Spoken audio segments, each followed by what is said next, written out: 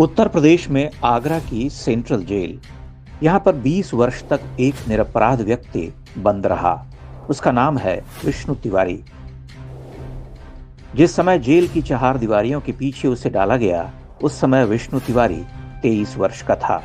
उसकी पूरी युवावस्था किसी ऐसे अपराध के लिए भस्म कर दी गई जो उसने किया ही नहीं था।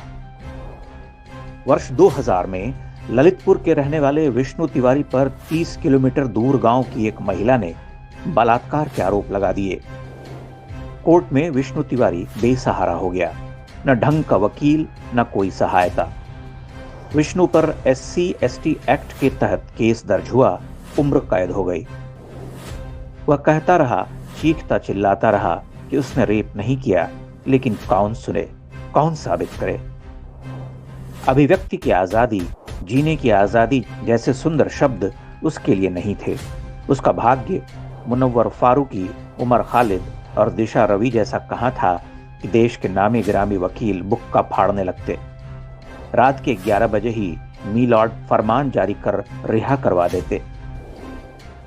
विष्णु तिवारी 20 बरस गलता रहा, सिर धुनता रहा, तिल तिल कर मरता रहा, मगर उजाले की एक बूंद उसे नहीं मिली।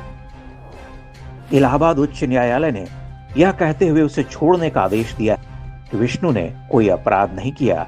निचली अदालत ने उसे बिना किसी सबूत के ही सजा सुना दी थी। न्यायालय में यह भी सिद्ध हुआ कि विष्णु तिवारी को एक पूरे संस्थागत षड्यंत्र के तहत फंसाया गया। विष्णु का पूरा परिवार उजड़ गया, घर खंडहर बन चुका है। पहले पिता जेल में मिलने आते थे, फिर कुछ समय बाद पिता का आना भी बंद हो गया, वह परलोक सिधार गए। एक भाई है जो फलों का ठेला लगाकर पेट पालता है। आप कल्पना कीजिए कि इस देश में SC/ST एक्ट के नाम पर कैसा अत्याचार चल रहा है। इसका शिकार कोई भी हो सकता है, चाहे उसकी जाति जो भी हो, हैसियत जो भी हो। एक निरपराध को 20 वर्ष तक जेल में सड़ा देने वाला भारत का शासन तंत्र अपने किए पर अब भी लज्जित नहीं। राष्ट्रीय मानवाधिकार आयोग ने संज्ञान लिया, लेकिन संभवतः उसे याद आ गया कि हिंदुओं का कोई मानवाधिकार नहीं होता।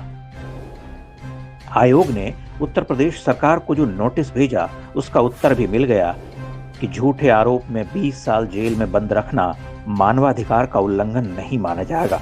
इसलिए विष्णु तिवारी किसी भी प्रकार की सरकारी क्षतिपूर्ति का अधिकारी नहीं है। जिन लोगों ने विष्णु तिवारी के साथ यह अन्याय किया, उनका भी कोई कुछ नहीं बिगाड़ सका। वह दारोगा जिसने रिश्वत के लिए विष्णु को फंसाया, वह आज भी यूपी पुलिस में है। झूठा आरोप लगाने वाली महिला और उसका परिवार भी मजे में है। जो जैसा था वैसे चल रहा। दलित उत्पीड़न के नाम पर आज भी झूठे मुकदमे दर्ज करने वाले और लोगों का जीवन चौपट कर देने का खेल जारी है।